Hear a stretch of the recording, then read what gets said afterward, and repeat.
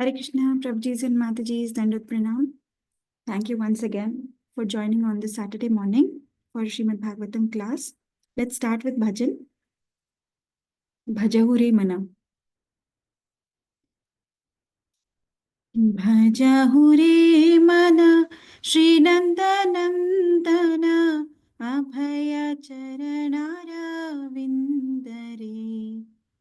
Bhajahure mana Srinandanandana Abhaya Charanara Vindare Durlabha Manava Janama Satsange Taro Hoye Bhava Sindhure Sita Tapa Bata Parishana Idina Jamini Jagire Bifale se vinu Kripana Durjana Chapala Sukhalava Lagire Bhajahure mana Shri Nandanandana Abhaya Charanara Vindare Idhana Yaubana Putra Parijana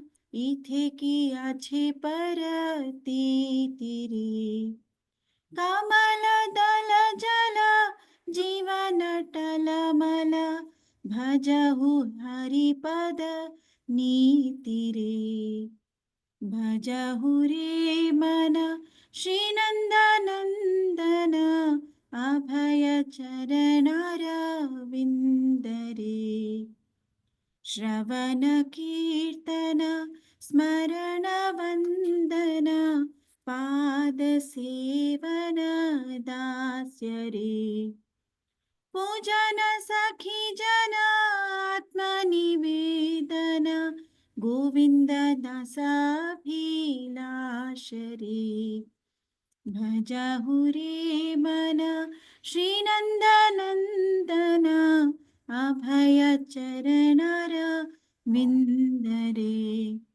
Durlabha manava janama satsange Taro hoye bhava sindhure Hare Krishna Hare Krishna Krishna Krishna Hare Hare Hare Rama Hare Rama Rama Rama Hare Hare Hare Krishna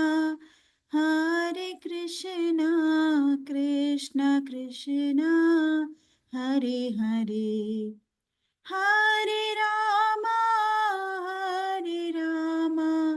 Rama Rama Hare Hare Bhajahure mana Shri Nandanandana Abhaya charanara vindare. Hare Krishna everybody. We'll start with the prayers.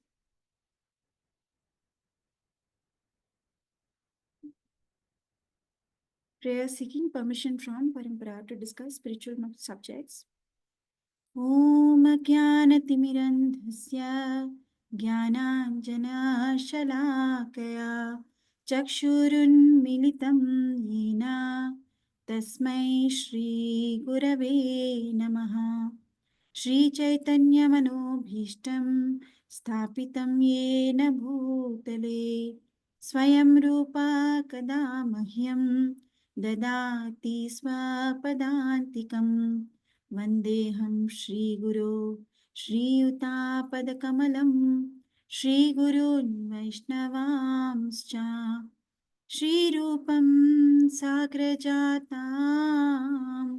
Sahagana Raghunathanvitam Tam Sajivam Satvaitam Savadhutam Parijana Sahitam Krishna Chaitanya Devam Shri Radha Krishna Padan Sahagana Lalita Shri Vishakhanvitamscha हे कृष्णा करुणा सिंधो दीनबंधो जगत्पते गोपेशा गोपिका कांत राधा कांता नमोस्तुते तप्त कांचन गौरांगी राधे वृंदावनेश्वरी वृषभानुसुते देवी प्रणमामि हरिप्रिये वाञ्छाकल्पतरुभ्यश्च कृपा सिन्धुभ्य एव च पतितानां पावनेभ्यो वैष्णवेभ्यो नमो नमः हे कृष्णा करुणा सिन्धो दीनबन्धो जगत्पते गोपेशा गोपिका कान्त राधाकान्ता नमोऽस्तु ते तप्त काञ्चन गौराङ्गी राधे वृन्दावनेश्वरी वृषभानुसुते देवी प्रणमामि हरिप्रिये जय श्री कृष्ण चैतन्य प्रभु नित्यानंद श्री अद्वैत गदाधार श्रीवासादि गौर भक्त वृंदा हरे कृष्णा कृष्ण कृष्णा हरे हरे हरे राम राम राम हरे हरे ओम नमो भगवते वासुदेवाय ओम नमो भगवते वासुदेवाय ओम नमो भगवते वासुदेवाय नारायणं नमस्कृत्य नरं चैव नरोत्तमं देवीं सरस्वतीं व्यासं ततो जयमुदीरयेत् नष्टप्रायेष भद्रेषु नित्यं भागवत सेवया भगवती उत्तमश्लोके भक्तिर्भवति नैष्टिकी कृष्णाय वासुदेवाय देवकीनन्दनाय च नन्दगोपकुमाराय गोविन्दाय नमो नमः नमः पङ्कजनाभाय नमः पङ्कजमालिने नमः पङ्कजनेत्राय नमस्ते पङ्कजाङ्ग्रे नमो महावदन्याय कृष्णप्रेमप्रदायते कृष्णाय कृष्णचैतन्या नाम्ने गौरत्विषे नमः नमो ब्राह्मण्याय देवाय गोब्राह्मणाहिताय च जगद्धिताय कृष्णाय गोविन्दाय नमो नमः नमो विष्णुपादाय कृष्णपृष्ठाय भूतले श्रीमते भक्तिवेदान्त स्वामिनिति नामिने नमस्ते सरस्वती देवे गौरवाणी प्रचारिणे निर्विशेष शून्यवादी पाश्चात्य देशतारिणे जय श्री कृष्ण चैतन्य प्रभु नित्यानंद श्री अद्वैत गदाधार श्रीवासादि गौर भक्तवृंदा हरे कृष्णा कृष्ण कृष्ण हरे हरे हरे राम राम राम हरे हरे मूकं करोति वाचालं पङ्गुं लङ्घयते गिरिं यत्कृपातमहं वन्दे श्रीगुरुं दीनतारिणं परमानन्दमाधवं श्रीचैतन्यमीश्वरम् ॐ अपवित्रः पवित्रो वा सर्वावस्थान् गतोऽपि वा यत्स्मरेत् पुण्डरीकाक्षं सबाह्याभ्यन्तरं शुचिः Shri Vishnu Shri Vishnu Shri Vishnu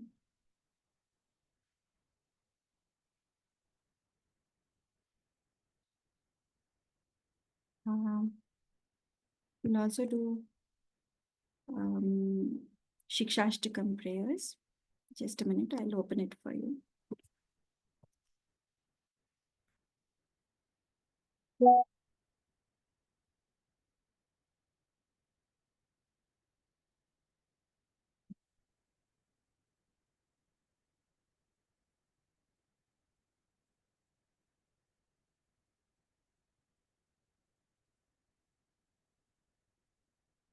Let's do the Shikshashtakam prayers. Cheto darpanamarjanam bhavamahadavagnirvapanam Shreya Kairava Chandrika Vitaranam विद्यावधू जीवनम् आनन्दाम्बुधिवर्धनम् प्रतिपदं पूर्णामृतस्वादनम् सर्वात्मा स्नपनं परं विजयते श्रीकृष्णसङ्कीर्तनम् नाम्नामकारि बहुधा निज सर्वशक्ति तत्रार्पित नियमित स्मरणेन कालः एतादृशी तव कृपा भगवन् ममापि दुर्दैवं ईदृशं इहाजनी नानुरागः तृणादपि शुनिचेन तरोरपि सहिष्णुना अमानिना मानदेन कीर्तनीया सदा हरि न धनं न जनं न सुन्दरीं कवितं वा जगदीश कामये मम जन्मनि जन्मनीश्वरे भवताद्भक्तिरहैतुकी त्वयि अयनन्ततनुजकिङ्करं पतितं मां विषमे भवाम्बुधौ कृपया तव पादपङ्कज स्थितधूलिसदृशं विचिन्तया नयनं गलदश्रुधारया वदनं गद्गदरुद्धया गिरा पुलकैर्निचितं वपुः कदा तव नाम गृहणे भविष्यति युगायितं निमेषेण चक्षुषा प्रावृषायितं शून्यायितं जगत्सर्वं गोविन्दविरहेण मे आश्लिष्य वा पादरतां पिनस्तु माम् अदर्शनां मर्महतां करोतु वा यथा तथा वा विदधातु लम्पटो मत्प्राणनाथस्तु स एव नः परा हरे Krishna Krishna Krishna Hare Hare Hare Ram Ram Ram Hare Hare Hare Krishna Krishna Krishna Hare Hare Hare Ram Ram Ram Hare Hare Hare Krishna everybody, thank you so much for joining. Hare Krishna Shilpa Mataji, Hare Krishna Lakshmi Mansa Mataji, Hare Krishna Pavan Prabhuji, Dandot Pranam. Hare Krishna Subharav Prabhuji, Dandot Pranam. Hare Krishna Kamya Mataji, Dandot Pranam. Hare Krishna Lilananda Prabhu, Dandat Pranam. Hare Krishna Mahesh Prabhu, Dandat Pranam. Hare Krishna Mataji, Dandat Pranam. Krishna Hare Krishna Murlidhar Prabhu. Hare Krishna, Dandavat Pranam. Hare Krishna Mataji, Dandavat Pranam. Dandat Pranam Prabhu. Hare Krishna Mataji, Dandavat Pranam. Hare Krishna. Hare Krishna Mataji, Dandavat Pranam. Hare Krishna Prabhuji, Dandat Hare Pranam. Krishna Mataji, Dandavat Pranam Mataji. Hare Krishna Dandat Pranam Prabhuji. Hare Krishna Padma Mataji, Dandat Pranam. Hare Krishna Praveen Prabhu, Pooja Mataji, Dandat Pranam. Hare Krishna Mataji, Dandavat Pranam. Pranam Mataji. Pushkala Mataji, Dandat Pranam. Hare Krishna Santosh Aditya Prabhu, Dandat Pranam. Hare Krishna Sanjay Prabhu, Dandat Pranam. Hare Krishna Mataji. Hare Krishna Shri Gopal Prabhu, Dandat Pranam. And Dandavat everybody Pranam, who Mataji. joined, everybody, Hare Krishna, Dandat Pranam. Thank you so much for this opportunity given to me. Dandavat Pranam Mataji. Hare Krishna Prabhuji, Dandat Pranam. So it's a very, very important chapter that we are covering today, and the shlokas that have been assigned to me are Canto 7, Chapter 7, Shloka 17 to 35. So this is basically a class given by our Prahlad Maharaj to all the demon children who are coming from Asura families. So he's giving he is also giving a session to them about devotional service and about the glories of holy name, form, qualities, pastimes, about the glories of devotional service. So Prahlad Maharaj is very successfully trying to convert their hearts. So far we had seen the basic backstory where Prahlad Maharaj, how he was born, how he heard and how Narada Muni actually rescued his mother and brought him to his ashrama when the demigods actually kidnapped her and wanted to kill the child Prahlad inside the womb, while in the womb. But Narad Muni rescued them and brought them to the ashrama, and all through their stay, he was constantly speaking to them about the glories, and Srimad Bhagavatam was delivered to Prahlad Maharaj while in the womb itself. So it's a wonderful backstory. But what we are going to cover today is even more critical and very important. Practically, I feel that it's a very, very tough subject matter that we are speaking. It's very philosophical also. And therefore, frankly speaking, I haven't slept yesterday night preparing for it, because it was so tough to prepare. And I have to cover the philosophy within a short time. And you all know that how much I talk. So it's very difficult for me to cover such a long topic in a short time, but I'm trying my best to do that. So first and foremost, we'll try to understand that with permission from Sri Guru and Gauranga, from the permission from all the acharyas, Srila Prabhupada, and mercy of Krishna and Prabhupada, I would like to start this topic. So in today's verses, what we will see is basically Prahlad Maharaj is telling them about all the. So far, he was telling how he was born and everything that had happened so far, and now he is going to talk about primarily about the faith in spiritual teachings, like how one should have faith in Krishna, in the Supreme Lord, and in the scriptures, and in the spiritual master. And Prahlad Maharaj says that anyone, even kids and women, can understand deep spiritual knowledge if they believe in spiritual master's words.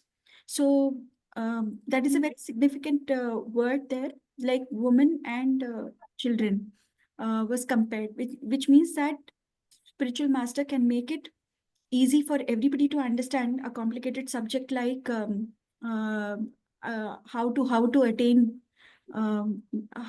attain the lotus feet or the Param Dhama, how to attain that and go back to Godhead. And our subject, he's going to tell them that it's very easy to attain. What many yogis and jnanis have been like trying so hard from millions of years, taking births and rebirths, can be delivered even to women and children very simply by spiritual master. That's what he talks about. And he talks about what is the importance of learning in a disciplic succession, Guru Shishya Parampara. He talks about what is the difference between soul and body, primarily about what is the difference between spirit and matter. That's a very complicated subject matter, but still he talks about that. And then he talks about what is the difference between, okay, when we come to soul, then what is the difference between supreme soul and what is the difference between individual soul? And he gives discourse about the soul, its qualities, and about the consciousness, about the states of mind, the 3 different states of mind, which is the state of awake, state of dreaming, and deep sleep, and why it is important. So we'll try to understand, while the translations do cover that purport also. There are long purports, but considering the time constraint, what I have done is that I have tried to highlight some important points from the purports of Srila Prabhupada and elaborate a little about that. Then he talks about the real happiness comes only from serving God and not from the material things. And devotional service is the best way to please God. And that can happen like ahaituki apratihata devotion, bhakti. That is what is the only solution for everybody. And it is so easy to serve the Supreme Lord. Anyone can serve God and achieve the highest perfection, regardless of their birth, their status, whatever be it, their background, whatever be it, devotional service or bhakti can be practiced by anybody. So these are the important things practically everything about Krishna consciousness probably that we are supposed to cover in this short 1 hour. I'll try my best. I may have to like take a few minutes extra, but please bear with me because trust me that it is actually a long topic and very difficult to cover, but still I will try. To make it easy, what I wanted to also do is that I know that every one of us now that we have spent so much time, we already know some basics about our body, our soul, and the various constituents. But still, for the sake of revision or a kind of what I would say is that more than revision, this is a reinstatement of our entire status. So I would like to cover a little bit in a little graphical way. Okay. So if we want to understand the basics, so all of us know that our so one is very important that we all know obviously. So I will just not talk about what is the soul and everything, but Daddy, tal pe seva koncham, tal pe seva. Sorry. Yeah. So there is a soul, and soul has, there are different constituents. When it comes to our body, there are different constituents. Why I'm trying to tell this is that I will cover this briefly because then understanding these long purports and the translations coming forward will become very easy for all of us. So if I have to talk about this, then we all know that we have a soul. Above the soul, there is a covering of the subtle body, and then there is a covering of the gross body that we have. So when we think about it, actually, the gross body, can somebody volunteer and tell me what are the different? Obviously, you can see it here, but yeah, tell me the different constituents of the gross body. Hare Krishna. Somebody can unmute. Hare Krishna. It's Yes. earth, water, air, fire, and I think it's ether. Ether. So earth, water, air, fire, ether. So the earth, water, air, fire, ether, which is constituting my body, is the same as your body, right? Is the same as Yes. every living entity's body, irrespective of whatever be the creature, right? Like at least like my body lo na air, water, earth, fire, ether, and another animal also is made of the same earth, water, air, fire, ether. Right? So gross body, our constituent elements are the same. Is our soul also qualitatively the same from every other living entity? No. Yes, ma'am. Yes or no? It is same. It is the same. Why? Because it is Sachidananda Vigraha. The soul is actually the same. We are part and parcel of Krishna. So our soul is Sachidananda Vigraha. Krishna's soul, Krishna also is Sachidananda Vigraha. Right? All of us are qualitatively the same. And so is the soul present in every living entity. Right? If this is same, if the gross body is same, similar, and the soul is similar, how come we are having different bodies? And how come, what is it that is deciding that what kind of body we will get? And we are getting, everybody is getting different features, different bodies. Somebody is short, somebody is tall, somebody is fat, somebody is thin. How is this happening? Because of karma, Mataji, our karma and Yes, desire. yes. Desire, karma, and karmic balance, the actions and reactions. And also, most important are the three gunas that we have, the combination of passion, ignorance, and goodness. Right? In what combination? So based on our karma and desire, a particular body is decided. Yeah, acha, itna karmic balance is available, then therefore, and this was the desire. So to fulfill that, we need to have a certain type of body in which this should be the combination of that passion, ignorance. So material nature provides that particular body. Now, where is all this, the karma, karmic reactions, where is everything stored? Is it stored in our gross body? The subtle body. In the subtle body. It's not stored in gross body. It's not stored in the soul, because soul by nature is a pure consciousness. It's not stored in the gross body. So everything gets stored in subtle body. So imagine this was your first life, your first birth you have taken. You came from the spiritual world with a thought that I also want to enjoy. Like, and you came away from Krishna. You came from the spiritual world, which constitutes 3/4 of our universe. The universe is, if you imagine the universe as a universal set, 3/4 of it is spiritual world and or spiritual universe, and 1/4 of it is material universe. You were originally as this spiritual spark. You were present in the spiritual world, and you were serving Krishna in the capacity of a servitor. You were deriving pleasure from that service, but at one point while doing all this, you got a thought ki I also want to enjoy like Krishna.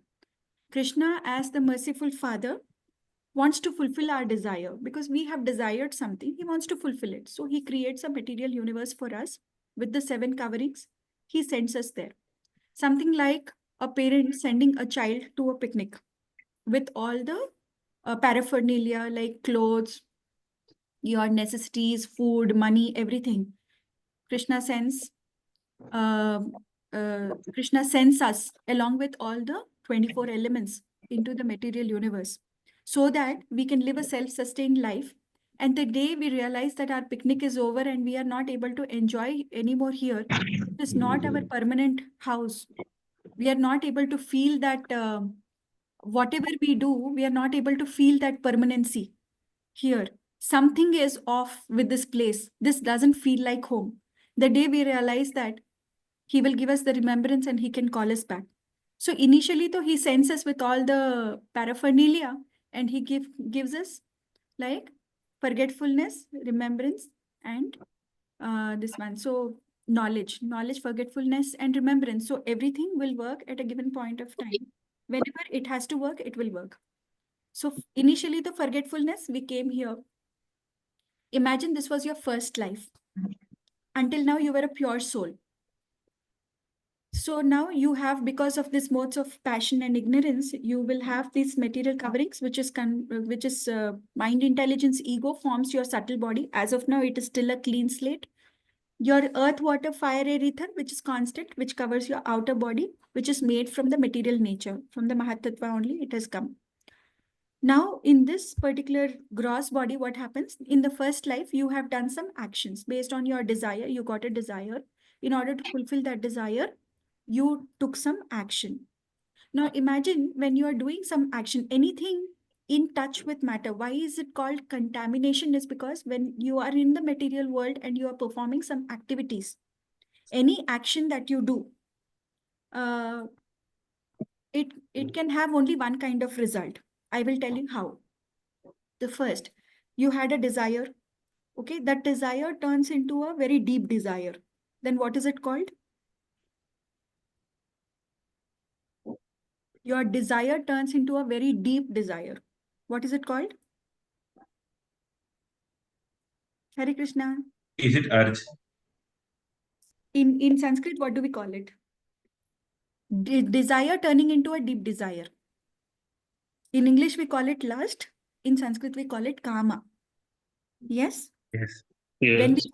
When we get kama, is it a good pravritti, or is it a sinful pravritti? It's Kama is a good thing in the material world or a bad thing? Bad thing, Mataji. Right? So it is an anartha.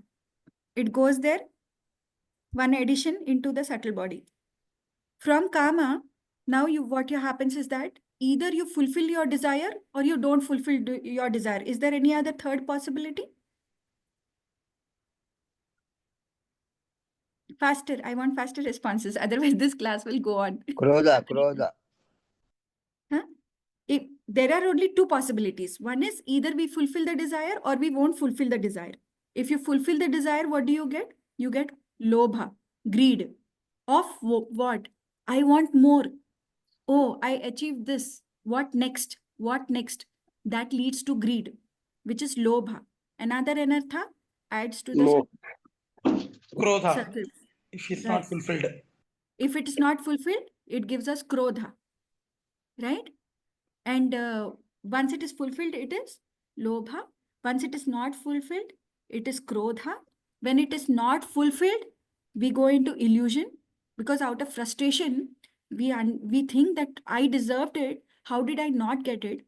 And we end up doing things that are completely bewildering, right? So like that, we get into a kind of a spiral which leads us down and down. So kama, krodha, moha, lobha, mada, matsarya. Moha, mada, matsarya is the downward.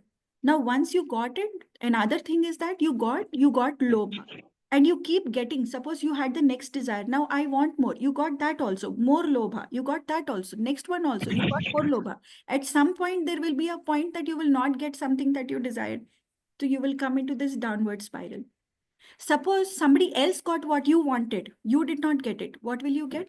Envy and jealousy. Right?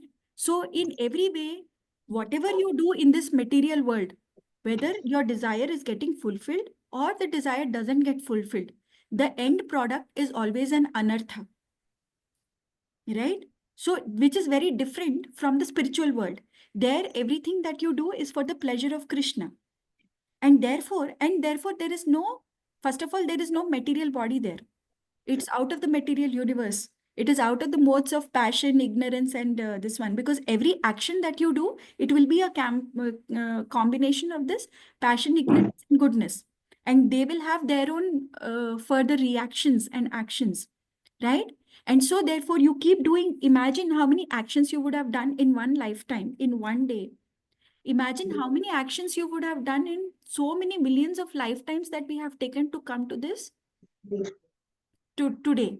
And therefore, imagine how many would be, like, if we have to even think,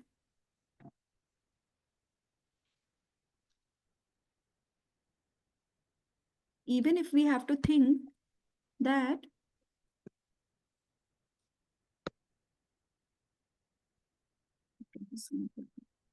even if we have to think that this is the subtle body, and in that imagine like a dust particle, and so many millions of lifetimes with so many anarthas, which is the only byproduct in this material world, and that is covering this entire soul in the subtle body. You will find so much dust, as much as probably in the entire coastal line of India. You can imagine that way. Okay. Now, what? So, if we have that, and all the desires, beliefs, feelings, impressions, karmas, karmic reactions, they all get stored only in the subtle body. It's not in the gross body. It's not on the soul. So, the only way of purification, can it be done with anything material? Can we do purification with anything material? Now let's contemplate that. What happens if we try to purify with anything material? In material world, what do we have? What kind of knowledge do we have? We have material knowledge of how to survive here, how to combine things. Even every scientific knowledge is also material knowledge here, right?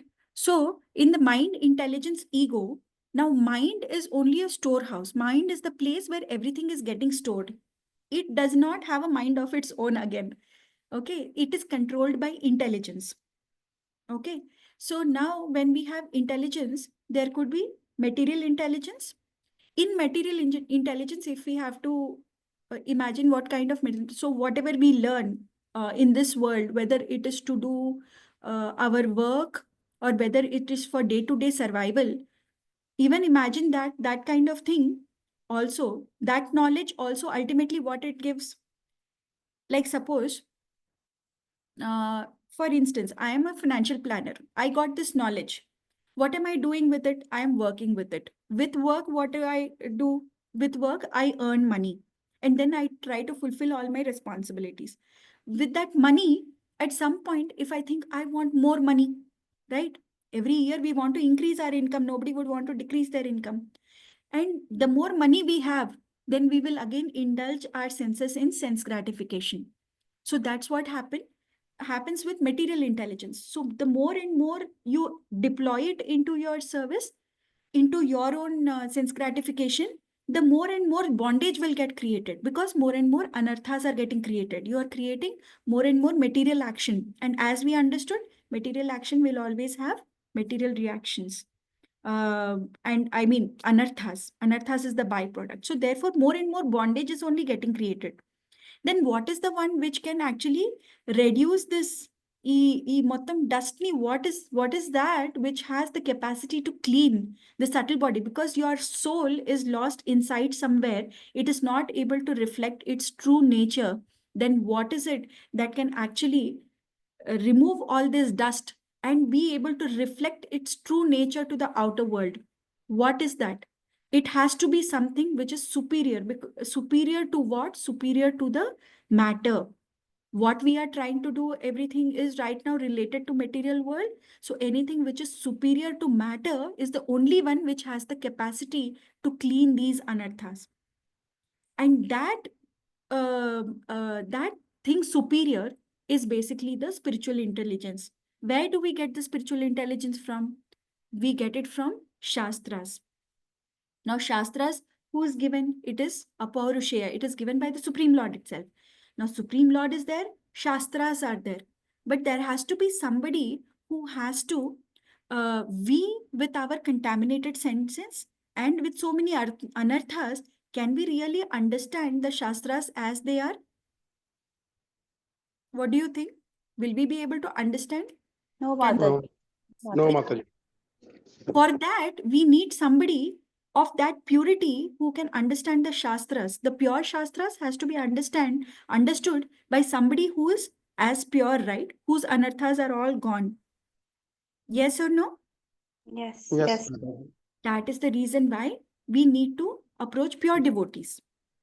Pure devotees, our spiritual master, and those sadhus who are pure by nature, who can understand these shastras, and because we can't understand so much, they can give us simple instructions that we can follow, and we can perfect our life, we can purify our anarthas. And that's how one day, someday, in some lifetime, if we are able to clean all these anarthas, then we will be able to reflect our soul, the pure nature of our soul, which is Sachidananda. And that is the day we can actually see Krishna clearly. We'll be able to connect with our constitutional position. Oh, this was my constitutional position. And I, forgotten soul, lost soul, spent so many millions of lifetimes here in this world, wasting my time. This was what I was doing. That day is when we get realization. Unless and until the anarthas, these dust particles, are not removed from our subtle body, that day will not come. And that is the reason why the importance of spiritual master and somebody who can translate these, who can understand these shastras in their true essence and give it to us in disciplic succession. That is the importance of Guru, Shastra, and this one. And therefore, only if we have Sangha, we are seeing today, if we were individuals, would we be able to get association of such great sadhus, and would we be able to even know who would be our spiritual master and know how to approach our spiritual master, how to identify? We wouldn't know without association. If we were individual practitioners in different corners of the world, sitting in our house and trying to figure out, we'll not be able to figure out. Even if we are trying to figure out through online, that is also association. So association is the power of association. And by doing all this, what are we trying to do? We are developing our intelligence, the spiritual intelligence, which has the power to cleanse our subtle body. And Guru and Shastras also actually give us the process. Process to what? Process to purify, process to reach our end goal, even knowledge of our Sambandha, Abhideya, Prayojana. What is the relationship with the Supreme Lord? Who am I? Who is Supreme Lord? What is my relationship with him? I am a part and parcel of Krishna. All this is revealed to us through the scriptures, and this cannot happen without mercy of the Supreme Lord. Only he can do that for us. Without that, we will not be able to get even the association of pure devotees. So basically, whatever verses we are going to cover from here covers this entire thing. And that process is basically process of purification is also bhakti. End goal is also bhakti, where we will ultimately, when we go to Supreme Lord, also we do not stop our activities, but we continue to follow that process of bhakti. So I know that I am telling you something which is already apparent and you all know about it, but I just wanted to start it from there so that the next few verses become very easy. I hope it was useful for you. Let's start doing our let's start with our verses. Was it useful, Hare Krishna Prabhuji's Mataji's? Yes, Mataji. Yes, Most Mataji. useful, most useful. Yes, ma'am. So text 17. भवतामपि भूयान्मे यदि श्रद्धते वचः वैशारदीधि श्रद्धातः स्त्रीबालानां च मे यथा. Translation. Prahlad Maharaj continued, my dear friends, if you can place your faith in my words, simply by that faith, you can also understand transcendental knowledge, just like me.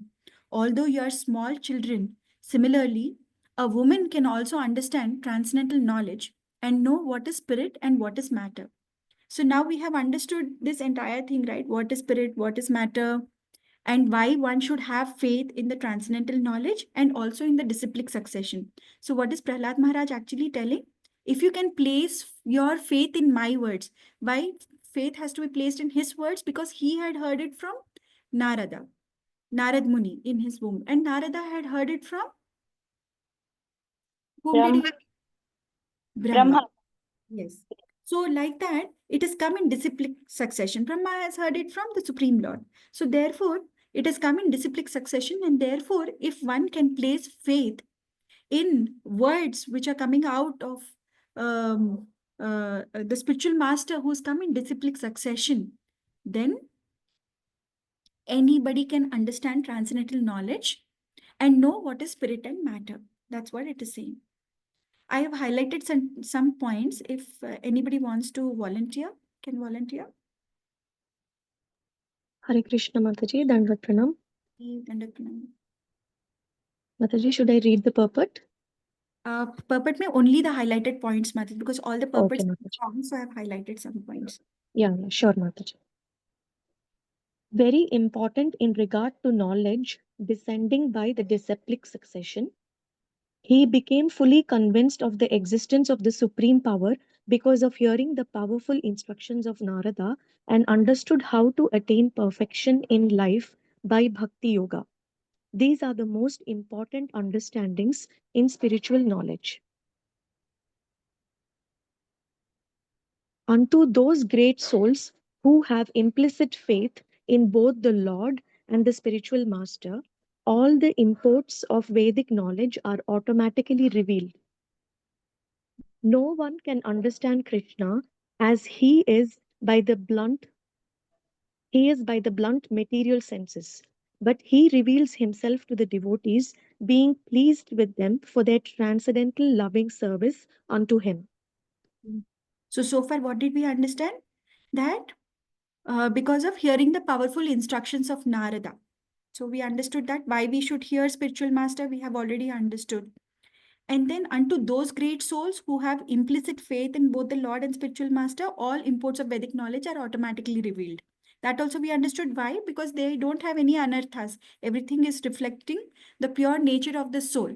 And it's very easy to understand whatever is the subject matter, because that is a spiritual subject matter. It is a reflection from the spiritual world itself. Now, without any mental concoction, that can be automatically revealed. There is no barrier in between. There is no blockade. There is no dust. There is no contamination in between. Now, no one can understand Krishna as he is by blunt material senses, but he reveals himself to the devotees. So with our material senses, we'll not be able to understand Krishna. And why we cannot understand, we have already learned that. So, and only Krishna has the power to reveal himself. Now, something that is supporting this also, then if one who is materially contaminated cannot understand, then who can understand? Comes from this.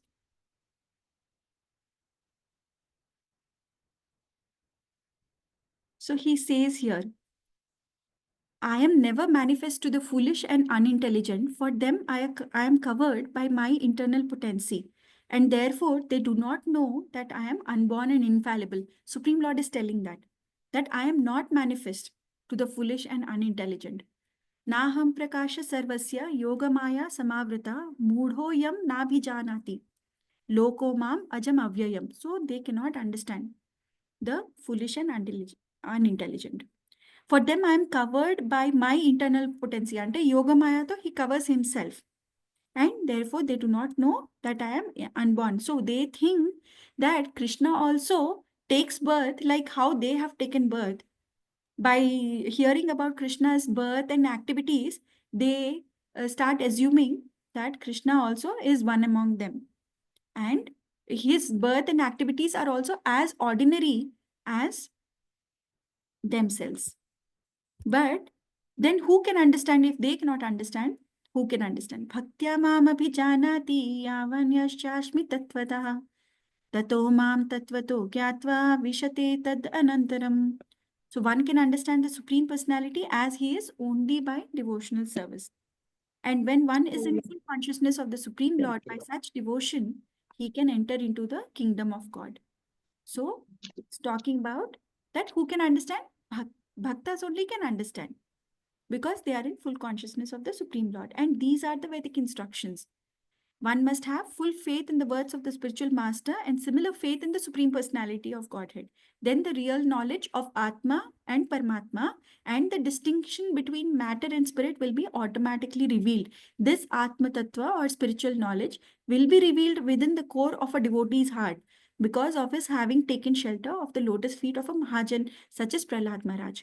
So initially in the introduction, we understood this entire process in a normal parlance, but this is what is mentioned in the purport also.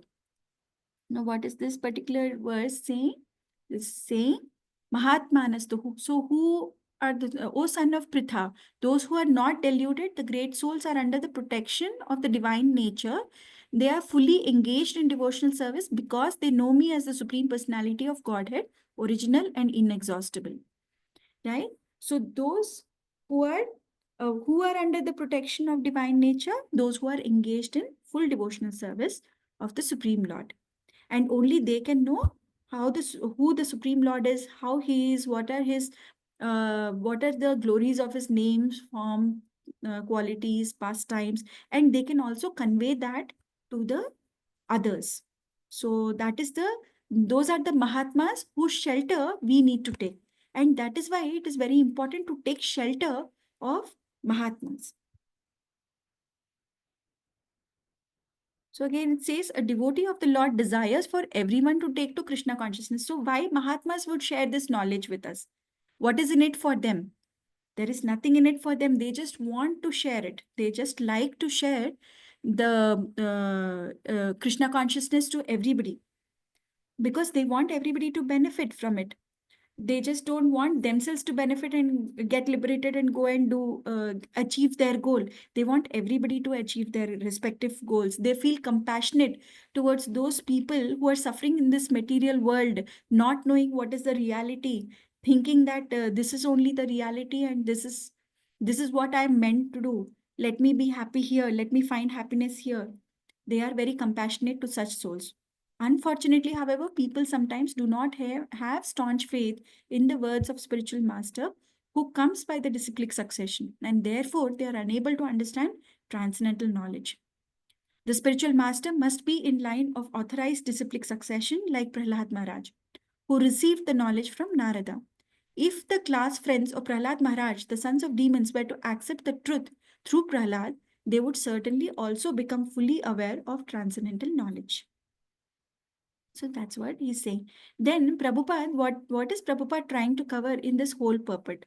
First, we need to look at the translation. So what the translation says is that if you can place your faith in my words, so simply by that faith, you can also understand transcendental knowledge just like me, although you're small children. So anybody can understand whom they should place the faith in the words of the Mahatmas. Okay, then where can we find these Mahatmas? We can find them in disciplic succession. What are the different types of paramparas? Prabhupada covers that.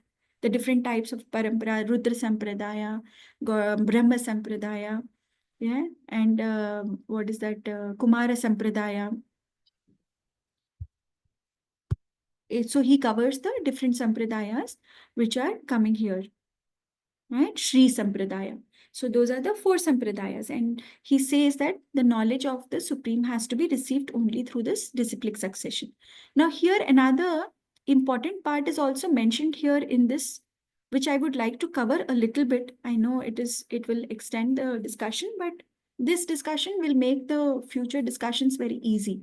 So here it says, although you are small children, similarly, a woman, it is specifically mentioned, a woman can also understand transcendental knowledge and know what is spirit and what is matter.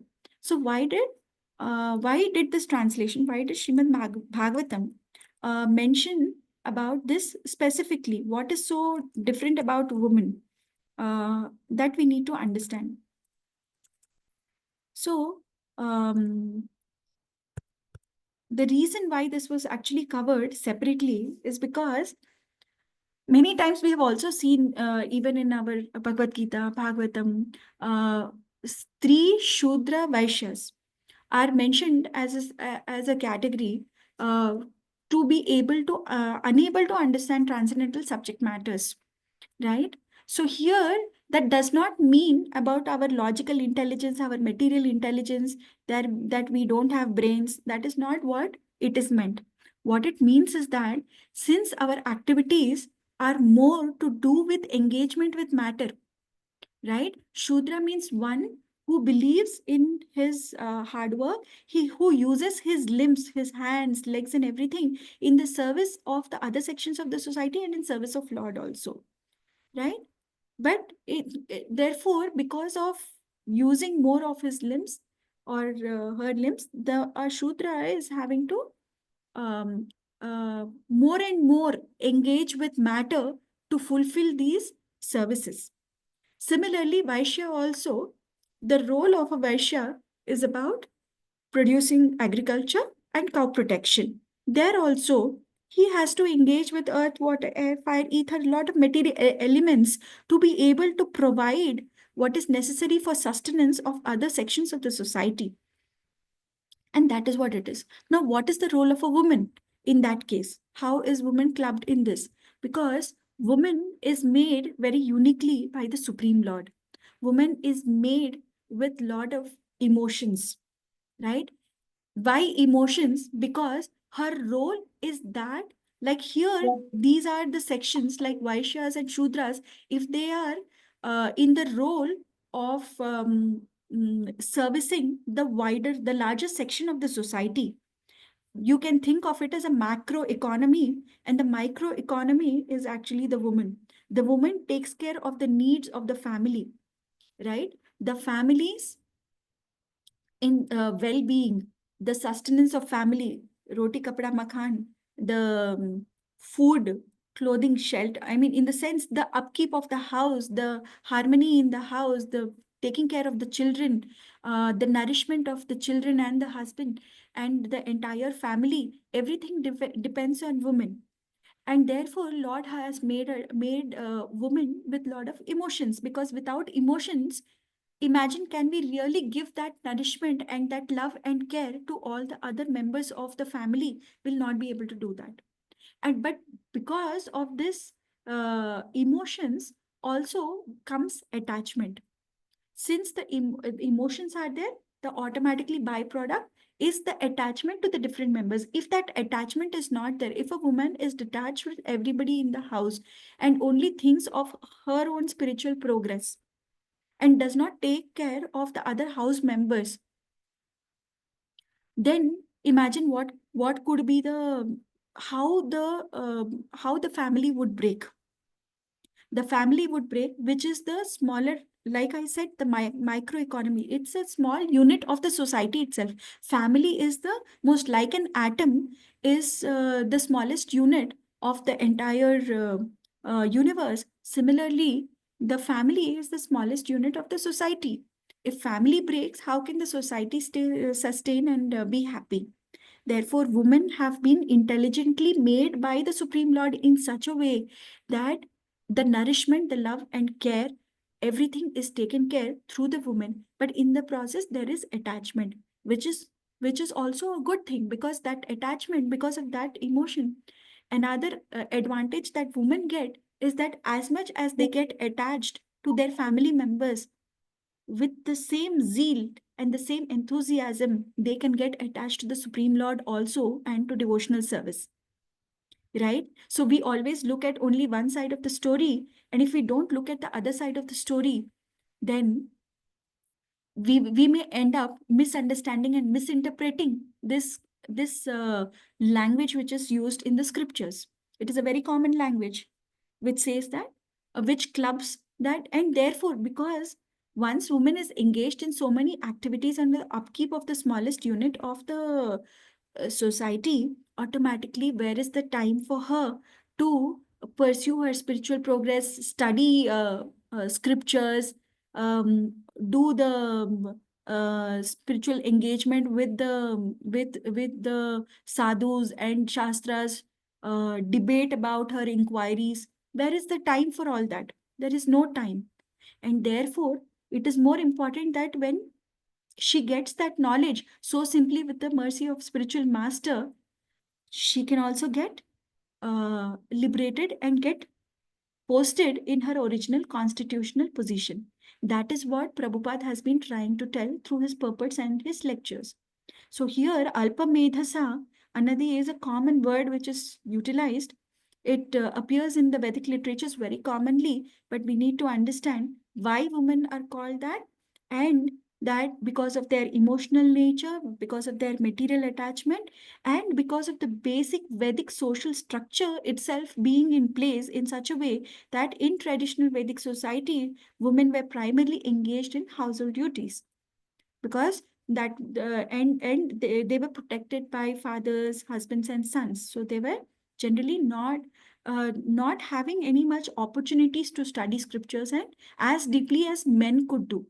Women could do all this. That's the reason why men could pursue their spiritual path, and that's why it is said that when men pursue the path of spiritual progress, automatically women get half the credit of it. Automatically women also, um, if he is doing everything successfully, even women, when they don't do it, they will be able to get the equal benefits as if they performed everything as per the devotional practices.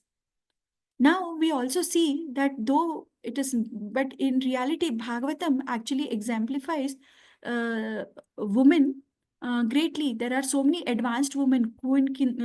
Starts with Queen Kunti, right? That she offered such profound prayers. If you see the prayers itself, that even many advanced people will also not have that kind of consciousness that Queen Kunti actually kind of revealed in Srimad Bhagavatam, the 8th chapter of the first canto. Then the biggest, who is the epitome of bhakti, of devotional service? Can somebody answer me? Who is the epitome of devotional service? Who is the ashraya of devotional service? Somebody? Radha? Yes. What is the gender of Radharani? Radharani is a woman, right? Yes, ma'am. Yes. Draupadi. And how much she's an epitome of surrender to Krishna. I mean, whenever anybody talks about surrender, we take example of Draupadi. Whenever we talk about the purest forms of bhakti, we talk about gopis of Vrindavan. Whenever we talk about exemplary, what is that character of women, we talk about Sita.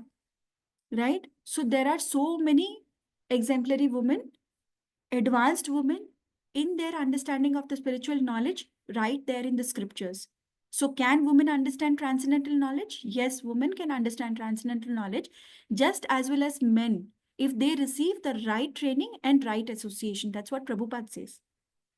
And that's the reason why Srila Prabhupada encouraged women to read, to preach, and serve in ISKCON. That's what he demonstrated. But in Kali Yuga, intelligence is degraded. We see that in the first canto itself, that they talk about what are the different disadvantages that people in Kali Yuga have. And these disadvantages are not only with the women, they are with men also. Intelligence is degraded both in men and women, and devotional service is the only means of liberation. And devotional service, neither Krishna nor Bhakti do any discrimination between men and women. The opportunity is equally available to all, and therefore both have the opportunity to get liberated. Krishna does not discriminate anybody by gender, and that is the real intelligence, that bhakti over material intelligence. So Bhagavad Gita in 10th chapter also, Krishna says that he gives intelligent buddhi yoga to those who sincerely worship him. He does not say those who have completed all the shastric studies, all the scriptures, I will give buddhi yoga to them. He says those who sincerely worship him. And anybody can sincerely worship him. They did not have the topmost intelligence in the world. And actually the topmost intelligence in world itself is that if you understand that Krishna is the Supreme Personality of Godhead and the only means to achieve him is bhakti, and that bhakti is the only way that you can reach Krishna, your topmost goal, that itself is intelligence. Right? Intelligence in devotional service is not based on gender, but it is based on sincerity and dedication. Even if women are considered less intelligent in a material sense, their natural tendency for devotion and bhakti can lead them to highest realization. So there is nothing that we need to worry about.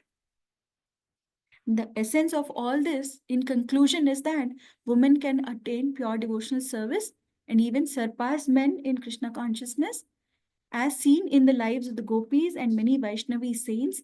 And that is what Prabhupada actually, when I pulled out the information, this is what came to me. And it was very important to clarify this because the first verse itself that I got has specific mention of women. So I thought I will spend some time on this. Hare Krishna Mataji. Yes, Raj. Mataji, one question here. When we are talking about women, is it at the soul level or at the body level? Soul does not have a gender, Prabhuji. All the souls are the same. They are Sachidanandas. So that Soul means does not when, have a gender. yeah, so soul, at the soul level, we don't have a gender, but also where we hear a lot of times that only Krishna is the Purusha, rest all, everybody, all Prakriti. Jiva. So Prakriti. So it, of course, it is the Shakti and Shaktiman.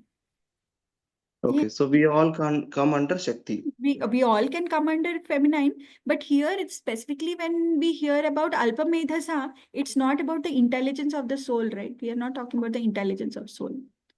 We are Okay, talking so about that means when woman thinks that at the when body woman level, thinks that I am a woman. right, right. Because that Prabhupada also clarifies, it's there in Perfect Question, Perfect Answers. That small book also has this answer by Prabhupada. He's clarified it. He said that if you think that you are a woman, then this statement will apply to you. But if you think you are a soul, then it does not. Mm. Right? Okay. Okay, but when it comes to performing some duties, I Yes. mean, there are prescribed duties for women, Yes. but those are at the, I mean, like I don't know whether they are prescribed at the bodily platform or at the soul level. It depends on the duty, Prabhuji. If it is instructions given by spiritual master and acharyas, they must be seeing the competency and what can be performed by one person, and with the limitations that one has to fulfill their natural swadharma also, they have to be taken care, right? So But I mean, sometimes this may get confused, like particularly Mataji is like, whether should I, point of since they're, I yeah. think point of confusion will go away the moment we think that this is an instruction from my spiritual master And I don't Hmm. really think that I am being discriminated for being a woman or man, but rather if it's an instruction, you just take it at face value and then perform your duty. Mhm. Right? Okay, We okay. don't debate about the instruction. Instructions have been given. All of us have been given instructions of 16 rounds and 4 regulative principles. We just take those instructions, read Srimad Bhagavatam, read Bhagavad Gita. Everybody can do that, right? And the Yeah, Lord yeah, correct, correct. No, I mean that's what. specific. So when it comes to performing, I mean understanding the spiritual knowledge, you should not think like I'm a woman. But when it comes to performing material duties, okay, I'm a woman, I have to do these things. Yes, yes, that's a natural. Our Swadharma we can't leave to. Hmm. If the unit of family is not happy, then Krishna will also not be pleased with us for not doing our duties, right? Yeah, but I mean that's how to tell these to teenagers. Like for my daughter, I have to tell. How do I tell that? Okay, don't think like a woman. A separate And class for that. See, even when I was doing the Vaishnavi classes also, I started first with the journey of soul only. I know that, Ah, but our children are very intelligent, Prabhuji. If we are hmm, explaining to them, they are able to understand. These things hmm, need to be clarified properly. If they're not clarified, no, at different contexts we'll have to take. Whenever the conversation comes up, then we'll have to, like now we have learned, we can clarify it to them. If we don't read, hmm. we won't get clarification. So we will tell based on whatever we understand. And that might be wrong. Right, right. Reason why we need to read Prabhupada books because everything is clarified in his purports. I have taken everything from purports only. I have not made up anything so far. Oh, So if okay, it is okay. there in purports, which means that if we read, we will get it and we will be able to clarify it to them also. But if we ourselves don't read, or if they are asking us a question, instead of shutting them down, we can say that, yes, definitely, I will check about this and I'll come back to you. Either we check by ourselves into different purports, or we ask the sadhus and or our Shiksha Guru, our Diksha Guru. Hmm. There is a lot of channel and there is already a lot of material available. They have already spoken about it on all their lectures. There's a lot of material available. Easily Hmm. find out. Okay, okay. No, I mean, sorry, sorry, Mataji. Maybe you have already covered it, but what is the simplest way when like my daughter or some that their age group, if they read this purport saying that oh, women are less intelligent or this, what is the best way to tell them okay, this is how you should interpret it? Now you understood the interpretation, exactly same thing you have to tell them. Okay, okay. I will So, send what I have pulled out the information. You can have it as a reference, Prabhuji. And hmm. that also you can share with her.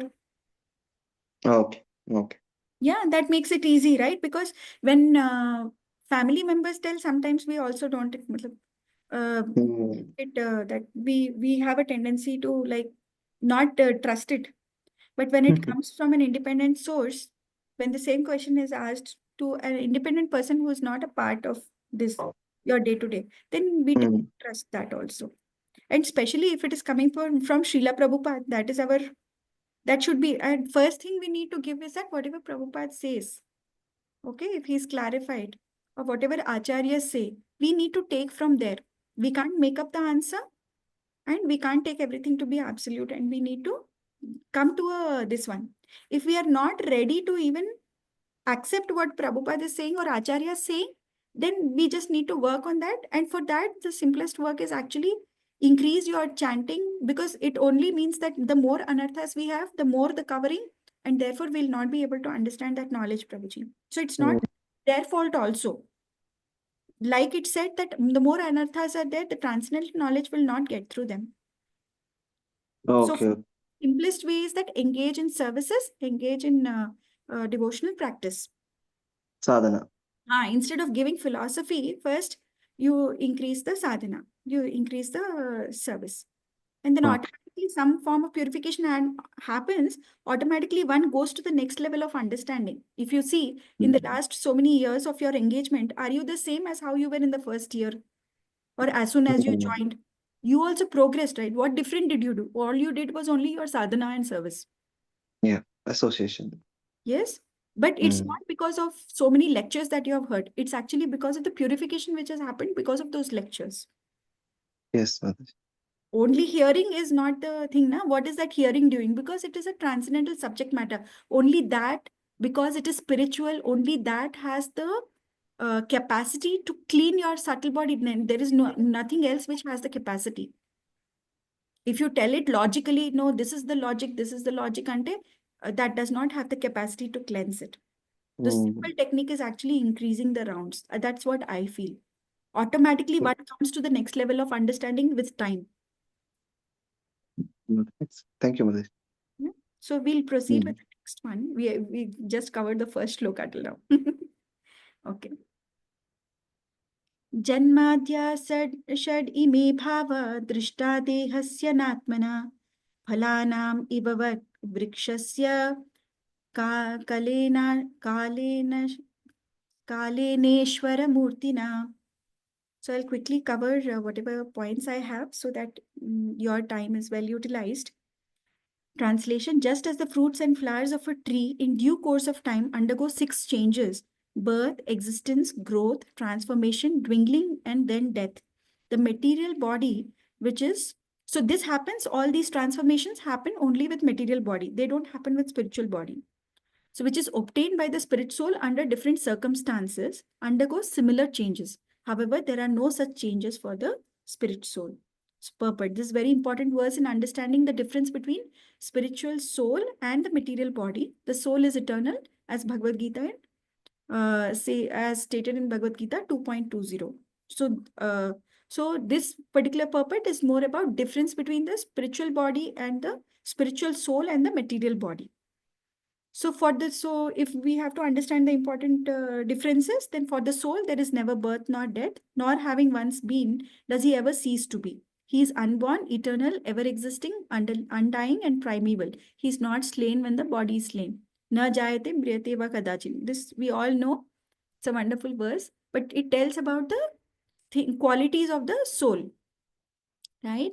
And here Prabhupada actually gave a very wonderful example and analogy by which we can understand it more easily. He says the fruits and flowers of a tree seasonally come and go, but the trees continues to stand. Similarly, the transmigrating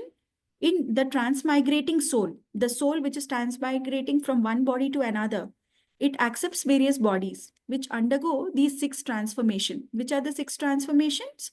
Birth, maintenance, growth, transformation, dwindling, and ultimately death. So those are the 6 transformations. But the soul remains permanently the same. Ajo nitya shashwatoyam purano na hanyate hanyamane sharira. Andalo, in this process, the soul is not having any transformations. It's only the material body which is getting this birth, death, and all the 6 transformations. The soul is eternal and ever existing, but the bodies accepted by the soul are changing. So there are 2 kinds of soul, the supreme soul. Now, so far we understood, okay, soul is different from material body. Now, which soul are we talking about? What about the material soul? And what about the individual soul? Sorry, not material soul, the jiva, the individual soul, and the supreme. There are 2 kinds of souls, right? The supreme soul, the personality of Godhead. So here mainly what in a gist what it says is that the body is basically the external feature of the soul. Now how is body made? Is actually made by the external energy of the Lord himself. From there only, the material nature only. So in that way also, we are a part of Lord only because we are made by the external energy of the Lord. That is also energy of the Lord only, non-different from the Lord. So it says the soul is not dependent on the body, rather the body is dependent on the soul, right? The soul, one who understands this truth should not be very much anxious about the maintenance of his body. There's no possibility of maintaining the body permanently or eternally, right? Antamantame ime deha nityasyokta sharirina. This is the statement of Bhagavad Gita 2.18. So here, basically, it is talking about how the nature of the soul is being eternal. However, the jiva is actually infinitesimal, but Lord is infinite. Body is perishable. This is the difference between the 3 things. Whereas the soul, whether it is jiva and the super soul, Paramatma, both exist eternally. Atma nityo vyaya shuddha ekakshetragya ashrayah avikriya swadrighetur vyapako asangyanavritah etairvadashadbhir sorry etairva एतैर्द्वादशाभिर्विद्वान् आत्मनो लक्षणै परे अहं ममेति असद्भावं देहादौ मोहजं त्यजेत्. Translation. Atma refers to the Supreme Lord or the living entities. Both of them are spiritual, free from birth and death, free from deterioration, and free from material contamination. So everything, basically whatever we covered in SSR and whatever we covered in Bhagavad Gita is basically repeating the nature of the soul, the quality of the soul, the individual and the super soul. They are individual, they are the knowers of the external body, and they are the foundation or shelter of everything. They are free from material change. They are self-illuminated. They are the cause of all causes, and they are all pervading. They have nothing to do with the material body. And therefore, they are always uncovered with these transcendental qualities. One who is actually learned must give up the illusory conception of life in which one thinks, I am this material body and everything in relationship with this body is mine. Now, we may wonder how we are saying individual, they are the knowers of the external body and they are the foundation or shelter of everything. How is my jiva soul? How is this doesn't sound right? करके मन का आलोचना वस्तुंది ఇక్కడ. They are free from material change. They are self-illuminated. All this is okay. They are the cause of all causes. They are all pervading. How do we understand this? So Prabhupada actually clarifies in the purport. He is taking these two in their respective zones of action. So every particular thing has a certain circle of influence, right? There is a circle of influence in the sense that there is a circle within which they can act. So for the jiva, that circle or that boundary lies within the body. And the jiva, the consciousness which comes along with the jiva, it knows everything that is happening within the body, actually. The soul knows everything that's happening within the body. And it is all pervading. The consciousness is all pervading. That is the symptom of our life. If we are sleeping and we are still breathing, it means that we are alive, and the soul knows about it, right? Soul is all pervading that way. Every cell actually is conscious that way, and that consciousness is the symptom of life. So they have nothing to do with the material body, and therefore they are always uncovered. So here Prabhupada is actually talking about in the purport about two different things. One is what is jiva's scope of work and what is Paramatma's scope of work. Like jiva's scope of work is within the body, Paramatma's all pervading nature is within this entire universe. So all the living entities are part of me. Therefore, living entities are qualitatively this. First, he told about the qualitative similarity between the jiva and the super soul, and then he talked about the achintya bheda abheda tattva, which is what is the difference, quantitative difference between the two. How, see, anor aniyam mahato mahiyan, that says in Katha Upanishad 1.2.20, the living entities are smaller than the atom, but the God is greater than the greatest. So that kind of comparison has been drawn in the purport. So everything material and spiritual, including earth, water, air, fire, sky, and the living entities, exist on the platform of the spirit soul. So within our body also all this exists, and in the universe also all this exists, and Lord is all pervading through that.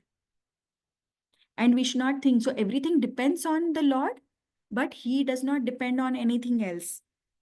He is independent. He is Swarat. That's what is given in Srimad Bhagavatam, first verse in the first canto, that he is Swarat. And it talks about how both of us are conscious, but we are conscious about what's happening within our body, but Lord is conscious about everything that's happened everywhere, past, present, future, and with every living entity. So that is what it is talking about. If one is fortunate enough to understand his relationship with God, knowing that God is great, Vibhu, whereas the living entity is small, he is in perfect knowledge. This itself is the perfection of knowledge. Right? And the same thing is mentioned in Bhagavad Gita also. in this.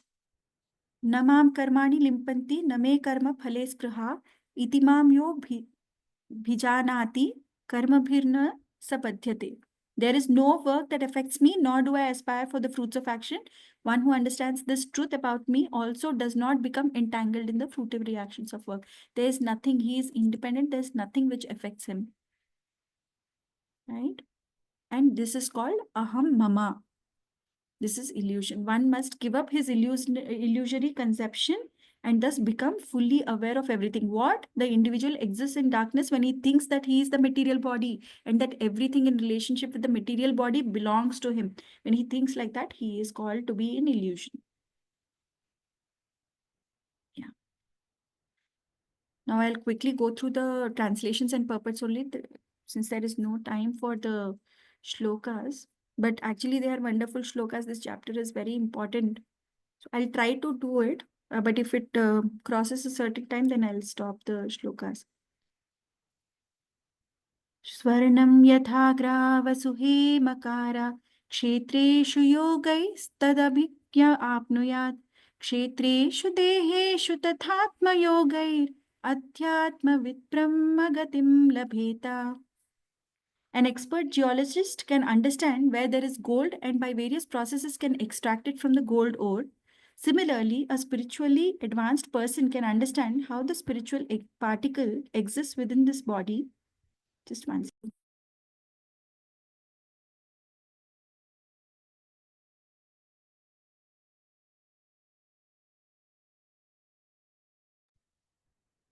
Similarly, a spiritually advanced person can understand how the spiritual particle exists within the body, and thus by cultivating spiritual knowledge, he can attain perfection in spiritual life.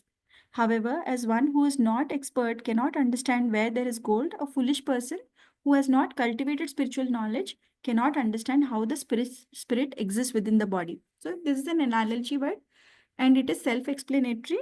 Actually, what Prabhupada is saying, what the Srimad Bhagavatam is saying. Like for understanding spiritual knowledge, one must approach, because we have those anarthas, we are not in a position to understand it by ourselves. That's why we need to approach a spiritual master, which we already discussed. And who is that spiritual master? One who is already bhaktya mam abhijanati, a pure devotee, or who has taken shelter of the bhakti yoga process. Only they can understand. One should understand that the soul, this is the first step of self-realization. First, identifying that I am a soul, I am not this body, I am different from the soul, and what is my actually that constitutional position. This is the beginning of spiritual knowledge, that I am actually the real me is actually the soul, it's not the body, and the real me is transmigrating into different life forms, birth after birth. So that is the first step of spiritual realization. Ashtau prakritaya proktas traya eva hi tadguna vikara shodashacharyai puman eka samanvayat. The Lord's 8 separated material energies, the 3 modes of material nature, and the 16 transformations, the 11 senses, and the 5 gross material elements like earth and water. Within all these, the one spiritual soul exists as the observer. Therefore, all the great acharyas have concluded that the individual soul is conditioned by these material elements. So this is something that we had already covered in the second canto, that how exactly all the elements come into picture. What are those different elements, 16 transformations, that was already covered. If we actually see here, this is in the second canto, in the 5th chapter. It is talked about how from Mahavishnu actually the different that was a very technical topic about how Pradhana comes into picture. Then Mahat comes in the modes of Sattva and Rajas, and then it is mixed with the mode of ignorance, and then Ahankara comes from there. The different sense devatas, the mind, then prana, 10 senses, intelligence, tanmatras, elements, ivanni ela vastayi, those are already covered in the second canto. And that's what it's like. He's going step by step about different process, that how the soul is actually different from the body. He's trying to give an analytical view, which was given in the Sankhya Yoga. The purpose of Sankhya Yoga is to give an analytical view. And he's talking about the difference. The living entity is individual, but the body is a composition of many material elements. So that is only what we had originally covered, is only being covered here. And what are these 24 elements? If we go into that, the second canto actually covers that.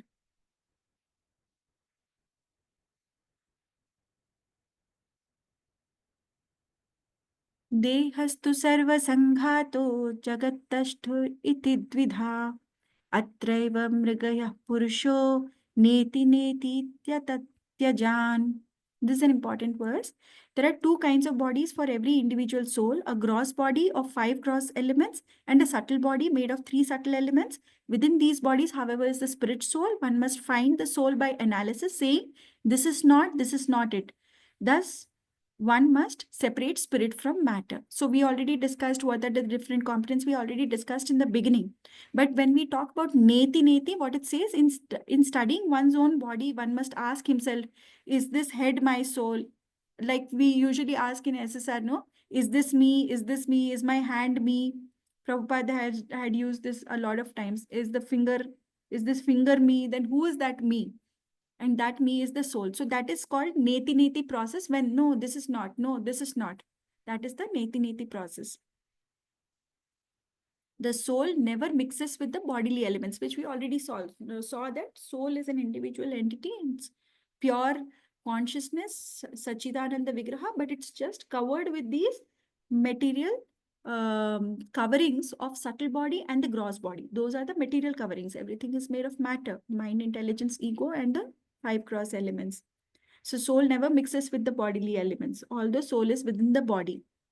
It is separated, always pure. That's the reason why initially I did that entire discussion, because then discussing this, all these purports becomes very easy and we can swiftly move forward.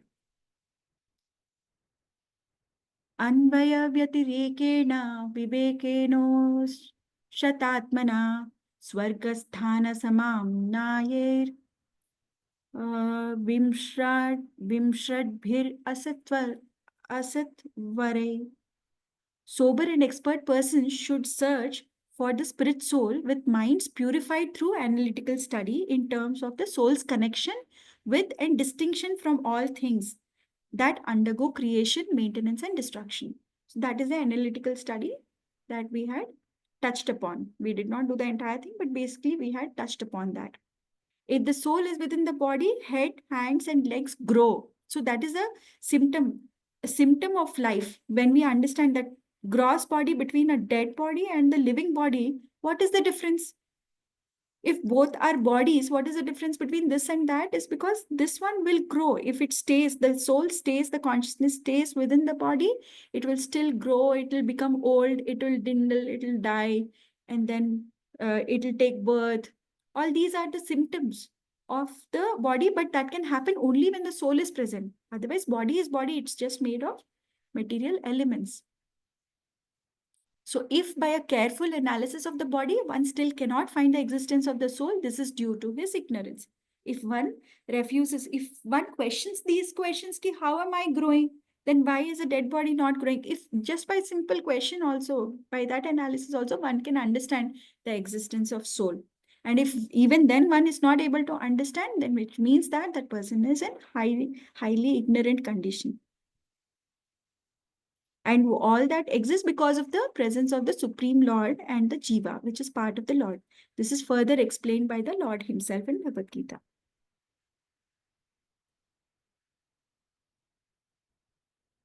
Next, he talks about Buddhir Jagaranam Swapna Sushuptir iti Vrittaya Tayenaivano Bhuyante Sodhyaksha Purusha Para.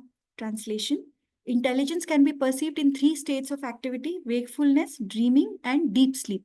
The person who perceives these 3 is to be considered the original master, the ruler, the supreme personality of Godhead.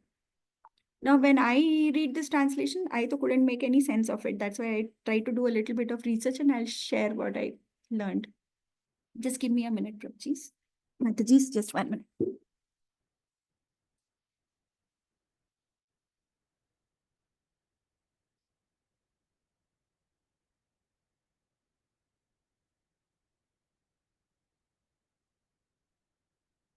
Yes.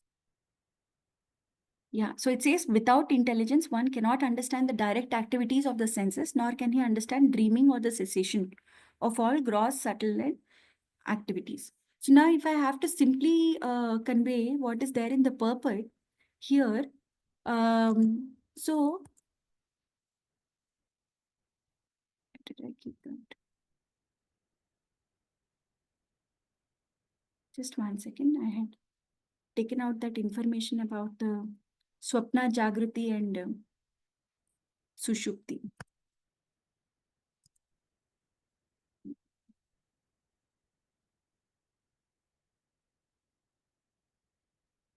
Yeah. So the next two verses actually cover the Swapna, Jagrati, and Sushupti only. I'll just take you through the two verses. Okay. So this also, intelligence can be perceived by wakefulness, dreaming, and this one. And then the next verse also talks about that. It says, Ebhis trivarnai paryastair buddhi bhedai kriyodbhavai Swarupam Atmano Buddhyet Gandharvayum Ivanvayat. As one can understand the presence of the air by the aromas it carries, so under the guidance of the Supreme Personality of Godhead, one can understand the living soul by these three divisions of intelligence. These three divisions, however, are not the soul. They are constituted of the three modes and are born of activities. ఈ translation చదివితే నాకైతే అప్పుడు ఏమీ అర్థం కాలేదు. But then I try to understand what it actually means. So, so think of it like if of your life is like a movie, and in this movie, we are playing three different roles. One is of wakefulness, where we are in the waking state. In the waking state, what do? We are doing daily different activities, like we are awake, we are working, we are talking, we are interacting with the world. We are doing many things, right? That is in our wakefulness state. Then there is a dreaming state when we sleep and dream. We enter a different world with different experience. There also we are seeing things, and we believe that we are the one who is in that particular dream. Then there is another state where it is deep sleep. In this state, you are basically, there is no dreams, and everything ceases, kind of, except your breathing, where you don't remember anything. But the fact of the matter is you are still existing then in that case, at that time, who is the one who's watching all these um changing experiences from the wakefulness to the sleep, to the dreaming, and to the deep sleep? It is the soul only which is watching. It is us, that is the soul. So just like a person who watches different movies on a screen, the soul is actually a constant observer, both the soul and the super soul, right? And the waking so and that soul does not change in the whole process. There are things happening day in, day out, day in, day out. We keep doing works, we keep changing, our body keeps changing, we keep growing older, but uh, the soul does not change. So in our spirituality, usually this is talked a lot about, in terms of the awake stage and the dreaming stage, and to prove the existence of soul. That is the reason why they talk about this. So this understanding, it helps us realize that we are not just the body or the mind, but something beyond the soul.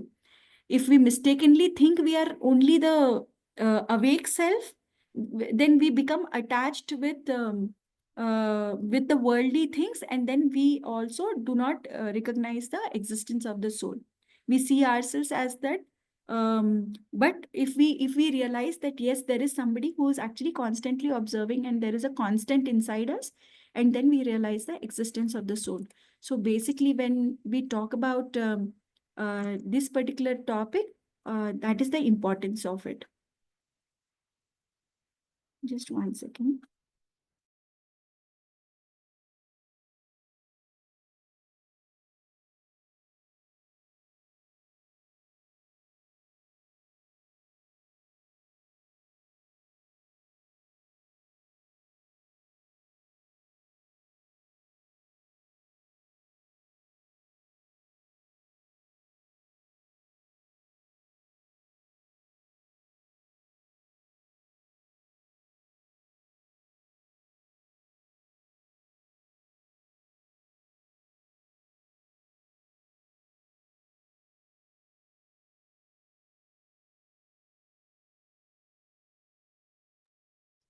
Sorry.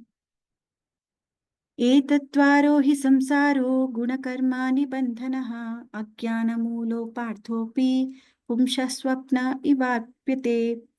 Through polluted intelligence, one is subjected to the modes of nature and thus one is conditioned by material existence, like a dreaming state in which one falsely suffers. Material existence, which is due to ignorance, must be considered unwanted and temporary. So exactly that's what it is talking about. Polluted intelligence, like I talked about the material intelligence where one is subjected to the modes of nature. So that's where the bondage will happen. But and therefore we keep suffering in that entanglement. Like if we have taken birth, suffering is inevitable. That's what it is saying. And that will come only when our intelligence is polluted. It is not purified by the spiritual intelligence. So that's what. And spiritual intelligence means about knowledge about the Supreme Lord, about his activities, about his glories, about his greatness, about his opulences, everything related to Supreme Lord and his energies and his paraphernalia. That is basically what this is about. So when one is Krishna conscious, he can realize that material existence, whether one is awake or dreaming, is nothing but a dream and has no factual value. This realization is possible by the grace of Supreme Lord. Grace is also present in the form of instructions of Bhagavad Gita.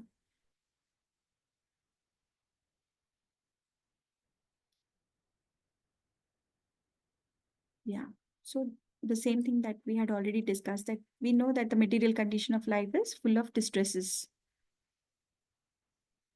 When one's intelligence is purified, he can understand that unwanted temporary material life is just like a dream. Just as one suffers pain when his head is cut off in a dream, in ignorance one suffers not only while dreaming but also while awake. Without the mercy of Supreme Personality of Godhead, one continues in ignorance and is thus subjected to material distresses in various ways. Having to take a rebirth and again going through the same cycle again itself is the biggest distress. And that happens when even we are refusing to take the mercy of the Supreme Lord, even when it comes our way. Yeah, the next translation, we'll cover only the translations. Therefore, my dear friends, O sons of the demons, your duty is to take to Krishna consciousness, which can burn the seed of fruitive activities artificially created by the modes of material nature and stop the flow of intelligence in wakefulness, dreaming, and deep sleep. In other words, when one takes to Krishna consciousness, his ignorance is immediately dissipated. When he talks about stop the flow of intelligence in wakefulness and everything, it means that stopping the rebirth itself. That's what it means. So one who engages in full devotional service, who does not fall down. Now he's coming to the conclusion of his this one, that about this whole difference between the body, the spirit, and the matter. He's coming to the conclusion of that part of his discourse.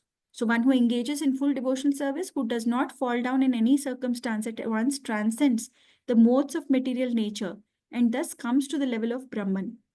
The practice of Bhakti Yoga, one immediately comes to the spiritual platform, transcendental to the actions and reactions of the three modes of material nature. So when you are in touch with transcendental, automatically all the anarthas are removed, and therefore the material covering is also of the universe removed, and you are able to go to the spiritual universe. So that burns the root cause of material life to ashes. Bhakti Yoga is the only one which can do that. So one who always thinks of Krishna within the core of his heart is the best yogi.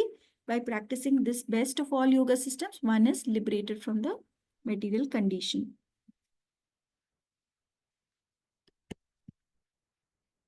So of the different processes recommended for disentanglement from material life, the one personally explained and accepted by the Supreme Personality of Godhead should be considered all perfect. That process is the performance of duties by which love for Supreme Lord develops. So where has Supreme Lord given his instructions? He is actually given it in Bhagavad Gita. He is saying, Sarva dharman parityajya mamekam sharanam raja. Saying, abandon everything and come to my, surrender unto me. So all his instructions are available in Bhagavad Gita, and that is the importance of Bhagavad Gita. So if instead of following different processes for getting rid of this material life and trying to achieve liberation, if one directly takes shelter of the instructions of the Supreme Lord, we can actually reach the same goal much faster and in a very quicker way, and in not without so much effort. It will become very effortless. That's what actually Prabhupada quotes the different this one. And again, when we have to understand scriptures, that's why Prabhupada is again and again reiterating that if we have to understand scriptures, it has to be through the Mahatmas, it has to be through the spiritual master. He reiterates that point. And whenever that comes, he basically talks about this. That is the secret of success. So that is the importance of Guru and the spiritual master. One must accept the bona fide spiritual master and render service unto him with great devotion and faith. Whatever one has in one's possession should be offered to the spiritual master, and in the association of saintly persons and devotees, one should worship the Lord, hear the glories of the Lord with faith, glorify the transcendental qualities and activities of the Lord, always meditate on the Lord's lotus feet, and worship the deity of the Lord strictly according to the injunctions of the Shastra and Guru. So this is the process that now he is explaining. Till now he said why, what, he gave the Sambandha Gyan. Now he is giving the Abhidaya Gyan, which is actually talking about the process itself. How should one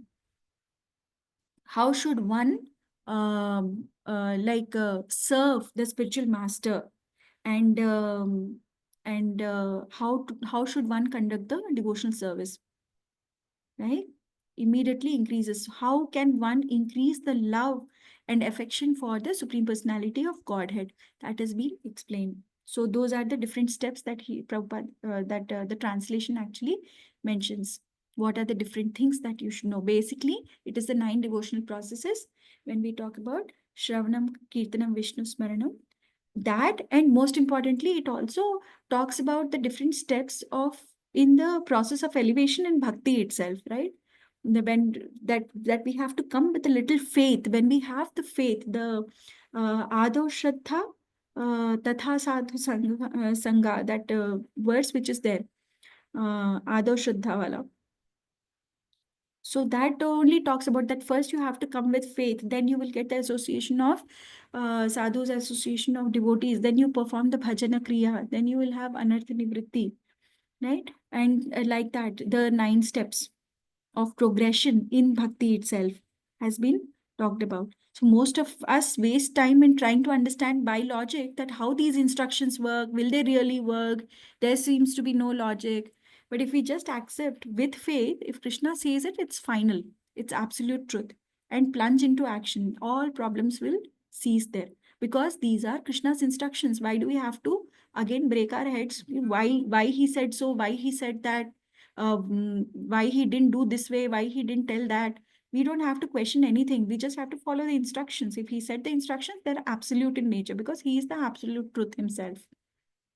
And then the next verse actually talks about this verse actually talks about the complete process of Guru Padasha, how one should actually serve. This is a wonderful purport, and I would recommend, because we couldn't cover any parts of any purports in this, considering that it was so rich in philosophy and tattva, I would recommend everybody to actually read these purports. They are each one is very huge, but when you are reading by yourself, you will actually be able to spend good time there and understand what Prabhupada has mentioned. Everything he has given, like how the duty is to accept a bona fide spiritual master, then should very inquisitive, he should be eager to know the complete truth about eternal religion.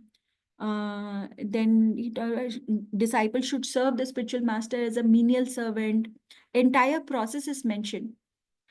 Should be dedicated to the spiritual master. Everyone, then his wealth, intelligence, words, with all that you should serve the spiritual master as a matter of duty, and should be made to with all your heart and soul. It should not done just like a duty, but he's saying that you should do it with all your heart and soul.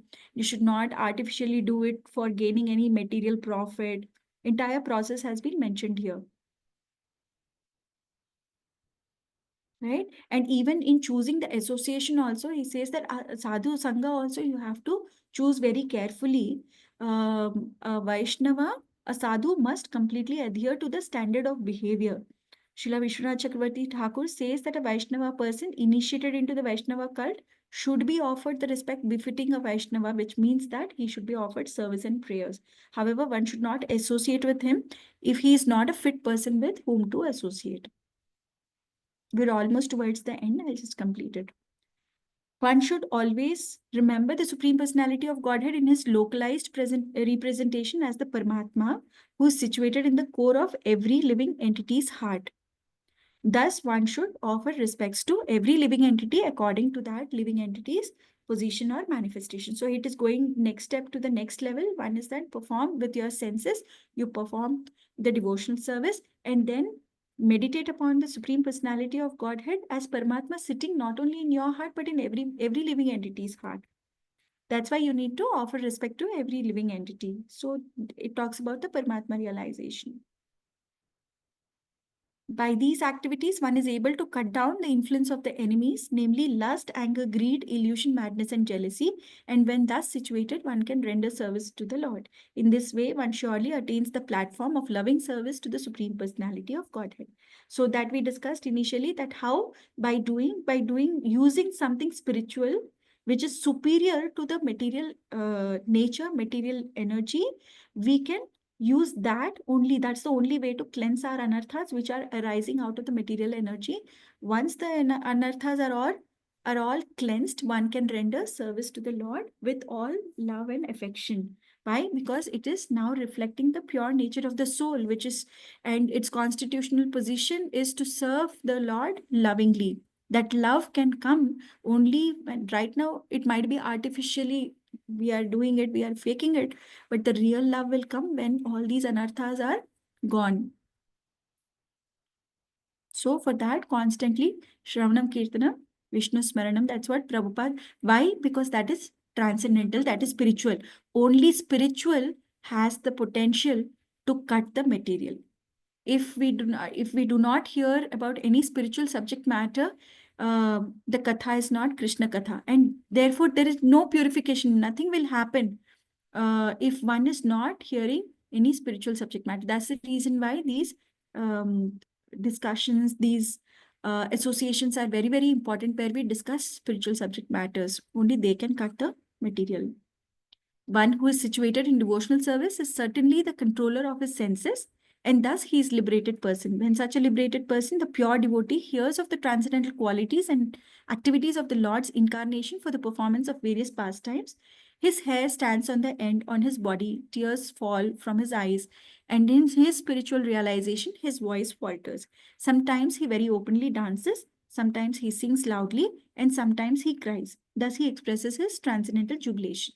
So now from the senses, it has gone next to the, from the Brahman realization, basically understanding that Lord is all pervading. We first came to the Paramatma realization, identifying as super soul sitting within everyone's heart.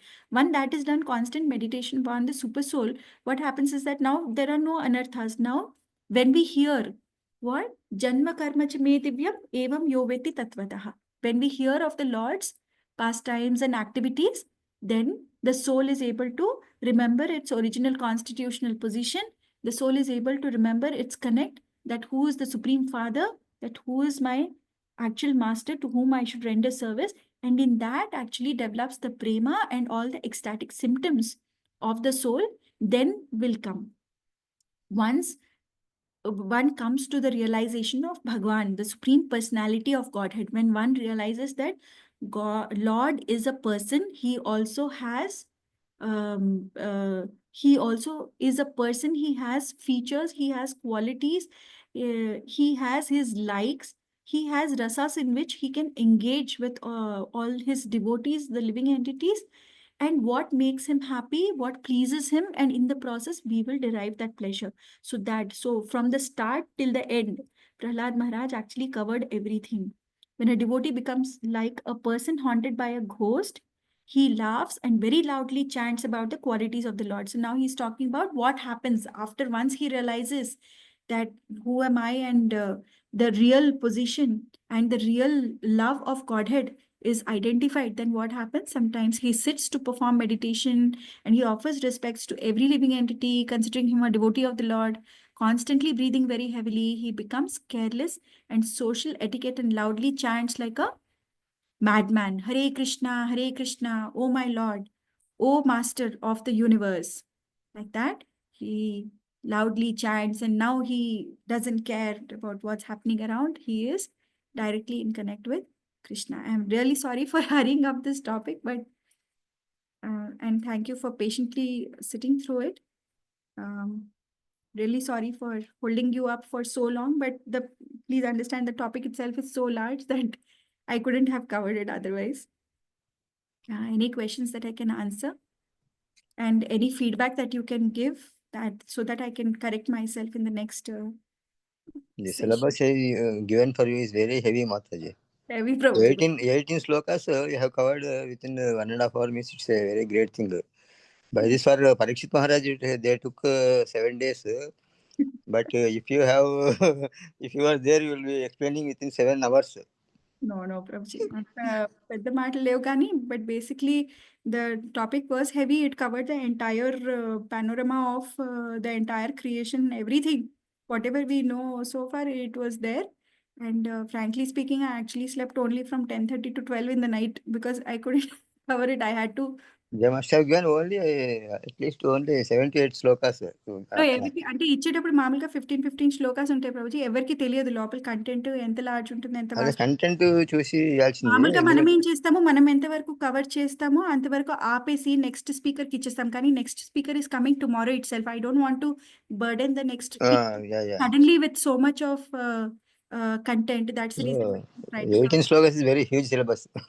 However, you have sorry that excellently I explained. couldn't do justice to the topic, but if there's any feedback that I can take, Hare Krishna. That's up. Hare Krishna Mataji, very excellent. Hare Krishna Mataji, Dandavat Pranam. It was really fantastic, and you really made it easy for us to understand. You compiled it in an easy language. Can you please share that notes, whatever you said, sometime? Yes, Mataji. Yeah, so Little we'll points I try made. to read the purpose. Yeah, we have to read the purpose as you said. So once to get the summary of your explanation will be very nice if you read that. Thank you so very much. Hare Krishna. Yeah, thank you very much for the session, Mataji. I think it's like a double bonanza today for you, I believe. Yes, Prabhuji. Having a session and getting Chaitanya Charan Prabhu today to our community, it's really a Krishna planned. Krishna only has to pull me through this day. Yeah. And only I know. you can do it. I don't know. Meera just. No, everyone is excited. Everyone is, I think we will pull it off, Mataji. Yeah, it's going to be a biggest load test ever happening in Zenith community today. So let us see. I checked every way. I need to choose that, Prabhuji. I think. No, we'll do it. We'll Kurchun pull And it off. that on her birthday, Prabhuji. What, Prabhuji? Deepa Mataji's star birthday is today. So we all have to chant 3 times Hare Krishna Mahamantra. We will do, Prabhuji. I think Krishna has given me a chappar phadke gift. First, he gave me Srimad Bhagavatam. Then, for doing that Srimad Bhagavatam from night, I'm only studying Srimad Bhagavatam. I did not sleep. I think you are not going to sleep today till 10 p.m. or 11 p.m. Only after Chaitanya Charan Prabhu leaves, then only we'll have 12 sleep. to 12, Krishna is going to keep me awake. Exactly, I woke up at 12, Prabhuji, in the night. 10:30 to 12, I slept. 12 o'clock to night, 12 o'clock is It's a gift, Mataji. Now better you go to sleep for at least 4 hours, Mataji, now. Otherwise, evening you will be hectic. Gift to me. Hare Krishna. Thank you, Mataji, for wonderful class. Hare Krishna. Hare Krishna, Mataji. Hare Krishna Any- Mataji. Thank you so much. Thank you so much for Mataji. this wonderful class. Thank you, Prabhuji. Thank you. Thank you, Mataji. Very interesting and awesome class, Deepa Mataji. Thank you, Mataji. Hare Krishna. Hare Krishna. Stopping here, Mataji. Yes, Prabhuji. Chapani. I'm going to stop here because I have to go You can for my stop. class. I will just say Vacha Kalpatara, please.